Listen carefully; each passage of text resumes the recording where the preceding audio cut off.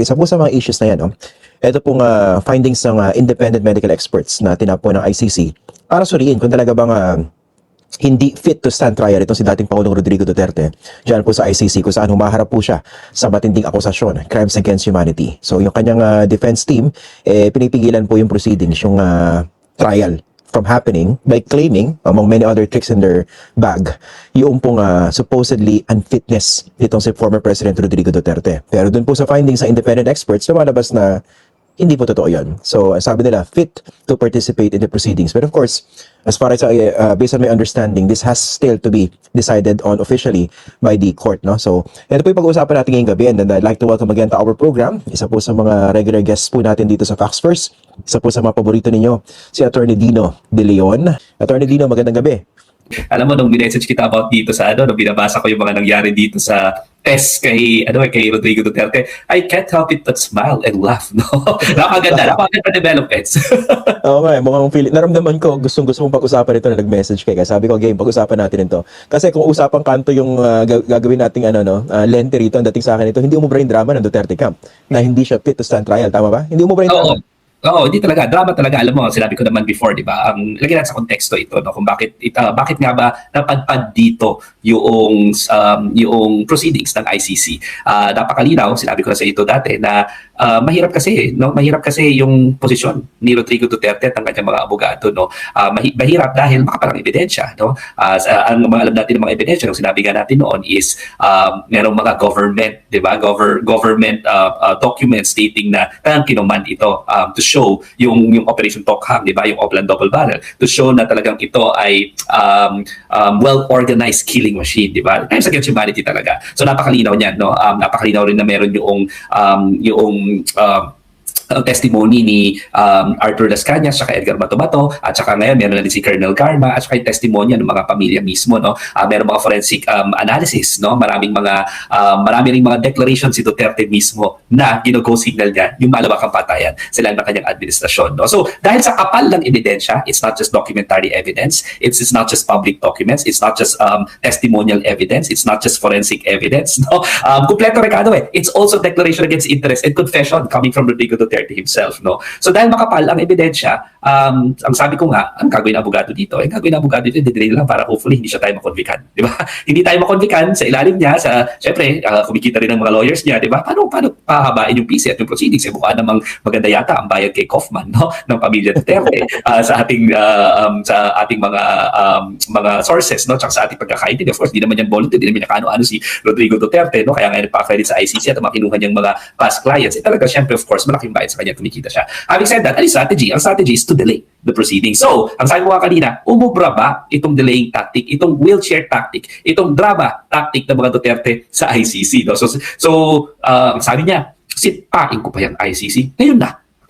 Punta na sila dito, ma'am. Di ba? Sabi niya, noong iniimbestigahan siya doon sa House of Representatives, ngayon na, sampalin ko pa sila, sipahin ko pa sila. Pero nung kinuha na siya, no, inaresto na siya, dinala siya sa ICC, mautal-utal, Rodrigo Roa.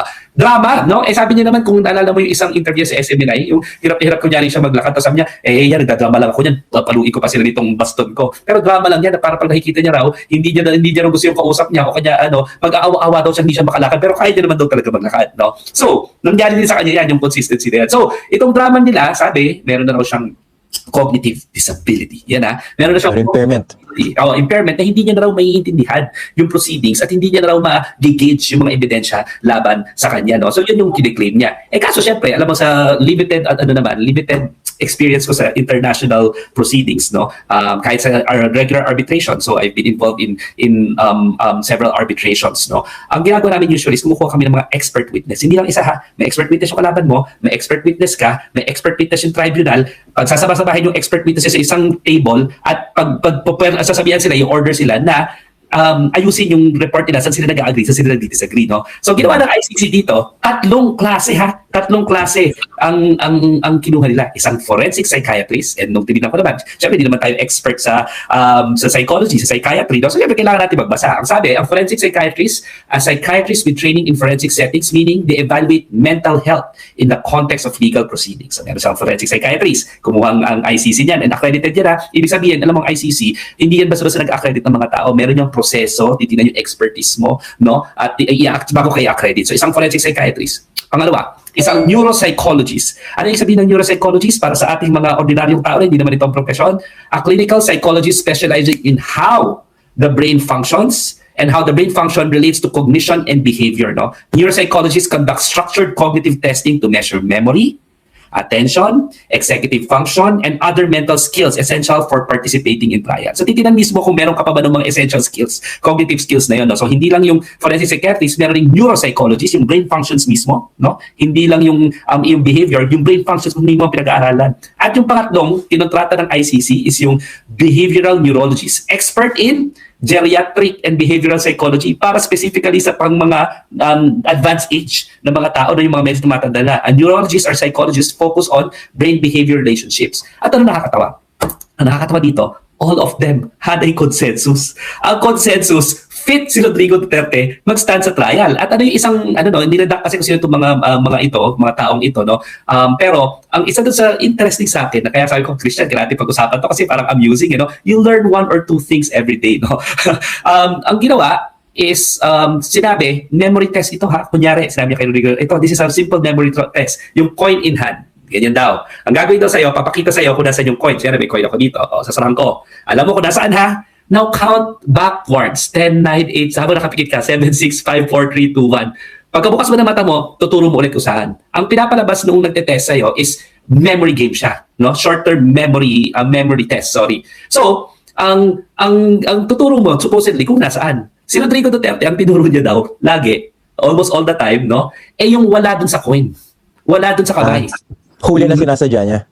Huli na sinasadya niya. Yung pala, that test is to check whether you're faking your cognitive decline because that test, kahit na raw yung may cognitive decline, magiging 50-50 ang chance. Ang ini-exploit nun is the simple probability. Ang probability ito 50-50 eh. So kahit na may cognitive decline ka, 50-50 pa rin ang magiging average mo. Pero kung tatama ka, kahit na nakakalimutan mo, tatama ka kasi 50-50. Ito, ang ginawa si Rodrigo Duterte, consistently yung mali ang tinuturo. So ibig sabihin, there was a conscious decision to fake him because, to fake the results and to fake yung cognitive decline niya because alam niya kung nasaan eh. At deliberately pinamali niya at way more than the average because again, 50-50 ang chance eh. Way more than the average na pinipeke mo. Ang galing, di ba? Sabi ko, amusing, no? So, apparently hindi ubra yung Galawan Duterte dyan, yung nakakabudol. Kasi mga eksperto rin usapan dito, di ba? Hindi niya na-DDS yung mga eksperto. Hindi niya na-expert eh. And this is a simple test pala. No? Ito yung baseline, yung one. No? So yung unang-una, actual test kung fake niya. Number two, tinatanong rin siya, no? Tinatanong siya, ano yung mga nararamdaman mo? Ano yung mga nararamdaman mo? Ano yung mga simptomas mo? May sasabihin daw siya, bigla nagiging sharp. And then pagkatapos siya maging sharp, no? Sasabihin niya yung mga nararamdaman niya, and then mag-acting na naman si Rodrigo Duterte. Pero yung mga sinasabi niya na medyo sharp, naalala niya kung ano yung mga symptoms siya, hindi nagmamatch doon sa behavior niya while nag-uusap sila. So, parang bigla ka magiging sharp tapos biglang decline. Parang hindi consistent. At yung pangatlong observation ng mga experts, so ito yung tatlo, no? Hindi to one-time, big-time observation, no? Ino-observe na siya simula October, November, hanggang lumabas yung report nila. So halos 2 buwan, no? And consistently, pinapanood daw nila, ino-observe si Rodrigo Duterte at nakita nila, no, na hindi siya under cognitive decline so much so that he will be incapacitated from understanding the trial proceedings, no? So ano sabi ng ICC prosecutor? Ang sabi ng ICC prosecutor, nakakatawa, is he's faking it. He's feigning his incapacity, no? And that is dangerous. Kaya in-urge ng prosecutor na we have to proceed to trial because obviously this is dilatory, no? So, ewan ko kung na-amuse yung ICC prosecutor na he's faking it, pero di ba? Normal nga yan sa Philippine politics eh. Theatric ko dito, magkakaroon bigla ng wheelchair, di ba? Hanggang hinahabol na ng justisya. Yan ang ginagawa ni Rodrigo Duterte. So, asa yung tapang? Ang point dito, so susunod, so is this the end of it or meron pa siyang pwedeng exploit na proseso para madelay pa rin yung proceedings at hindi magkaroon ng trial? So, question ngayon nung defense team, yung result kung tatlo ha, ano sila, may consensus sila, no? Wala ni isa nagsabi na na incapacitated siya from proceeding, from understanding the proceedings. So, wala ni isa out of the 3 experts. So ang ginawa ngayon ng defense, nag-nitpick, parang itong findings ni A tsaka ni B medyo inconsistent with each other, pero wala ni isang sinabi doon sa sinabit ng defense na hindi totoo, na hindi sila nag-agree. Actually, agree na sila. Sinasabi lang, nitpick na sila ng some sort of inconsistency, number 1. Number 2, they are asking that to cross-examine the experts, no? So baka payagan as part of it, no, na i-cross-examine sila kasi right naman right naman ng accused to cross-examine any witness against him or her. Pero ito kasi hindi naman witness about the crime. These are experts by the ICC. So it will be interesting to see whether kung papayagan niya or hindi. Pero I think that is the last hura, no? After that, definitely, I think, definitely, we're gonna see the confirmation of charges hearing soon. Okay. Kasi unanimous, may consensus ang mga experts. At hindi naman pwedeng pakinggan lang yung doktor nila ni Rodrigo Duterte na may certification, di ba? It has to be accredited by the ICC itself. Pwede naman gano'n, pwede ubra pa rin ba kunwari gumamit ng isang sariling expert witness itong si Duterte? Sabihin, hindi, ito yung sinasabi ng eksperto namin. Can that be used to controvert the findings of the 3 independent experts? Well, dapat accredited ng ICC yung expert na ito, di ba? Hindi pwedeng any Tom, Dick, and Harry who will pretend that he is an expert lang, no? So, I would suppose na yan yung magiging strategy ng accused dito, ng defense. Pero sino ba ang handa magpagamit para sirain ang kanilang international career and professional career, no? Para lang kay Rodrigo Duterte, no? I don't think it would be as easy as that, especially if we're talking about experts that are accredited by the ICC. Tandaan natin itong mga professionals na to, when we, like us, di ba? When we do something, we wear an oath, no? To make sure na we will rely on data, to make sure that we'll be honest. Kasi ang duty mo not only towards your patient, but also towards the profession, towards society. Yan ang laging pinapalala sa ating mga professionals. So I really doubt, no? If the question is, can he do that? He can. Pero saan siya kukuha ng experts na accredited na ICC na willing magsinungaling para sa kanya? Lalo na 3 na ito, ha? 3 hindi kaano-ano. Hindi sila kaano-ano. Diba? They are just relying on their professional studies and yung data na nakuha nila, at lahat sila consistent sinasabi. Kaya mo naman niloloko mo no? Niloloko mo yung ICC. Anong lesson dito? Malinaw? Hindi nila pwedeng loko-lokohin ang international tribunal. Ito kasi sinasabi natin, di ba, Christian, no? With due respect to our local courts, no? Siyempre, maraming weaknesses yung ating local justice system, di ba? Kaya nga, it was difficult for our local justice system to stand up against a despot like Rodrigo Duterte, who's based at least on the accusations, who's fond of killing, di ba? In an organized way. Kaya nga, doon, mas safe, di ba? Mas safe. Kahit nga doon, niredact pa yung identities nitong mga ibang witnesses, ng mga experts, no? But definitely, hindi pwede ang istilong bulok sa ICC.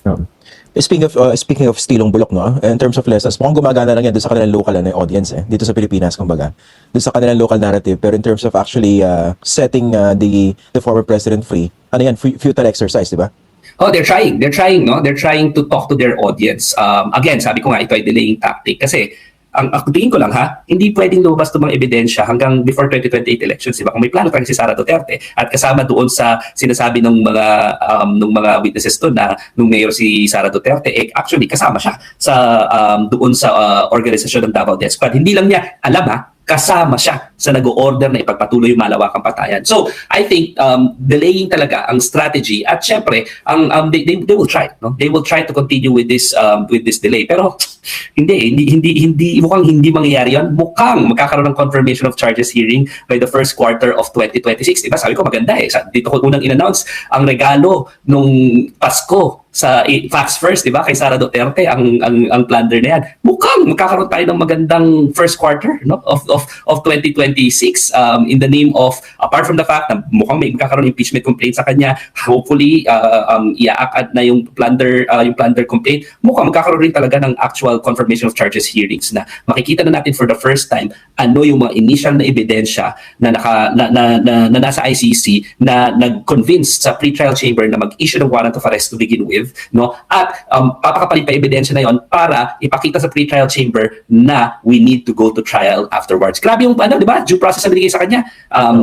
Office of the Prosecutor muna, tapos naghingi ulit yung Office of the Prosecutor ng permission to continue with the investigation of the situation of the Philippines. Tapos nag-request ng warrant of arrest, nireview ulit yung ng ICC pre-trial chamber yung issuance ng warrant of arrest, nag-issue ng warrant of arrest. Ngayon tinitingnan kung fit siya to stand for trial. Ngayon susunod, titingnan pa ulit, confirm pa ulit kung adequate ba yung pieces of evidence to proceed to trial? After that, magpapalit ulit yung buong chamber, pupunta na tayo sa trial chamber mismo. Grabe yung binibigay sa kanya, pero in every single instance, it looks like he's failing his defense, no? And ang gagawin niya to delay this because makapal ang ebidensya, at sana ang gusto nila, I think, no, is hindi aabot sa 2028 na na-expose lahat yung mga pieces of evidence kung gaano in-author. Ano naman natin, witness naman tayo lahat nun, di ba? Witness naman tayo lahat dito, no? Lahat na nakikinig dito, mapa-DDS ka, mapa-Duterte supporter ka, we were all witnesses on how on the well-organized killings that happened when Duterte assumed power. No one can deny that. No one can deny that. The only thing that we disagree on is whether or not it is justified. Tama? Wala naman dito magde-deny na maraming mga kapatayan. Ang tinatanong lang dito is justified ba o hindi. So ibig sabihin, kung hindi dinedeny ng mga supporters na may malawakang patayan at ang sinasabi nyo lang, justified yan, i-offer nyo na yung depensa ninyo sa ICC. Kasi sabi nyo, justified, di ba? Sabi ninyo, may malakas yung legal defense, di ba? Sinabi ninyo, walang masamang ginawa si Duterte, di ba? This is your time to shine. So instead of treating it as if itong forum na ito is against you, actually this forum can legitimize, di ba? Legitimize your defense. Sasabihin nila, tama nga kayo. And then, for forever, ma-defend, di ba, ma-justify niya yung war on drugs. Pero nandun tayo ngayon, kung malakas talaga yung depensa ninyo, huwag kayong manghas na i-offer yung depensa na yon, yung justification ninyo sa forum like the International Criminal Court.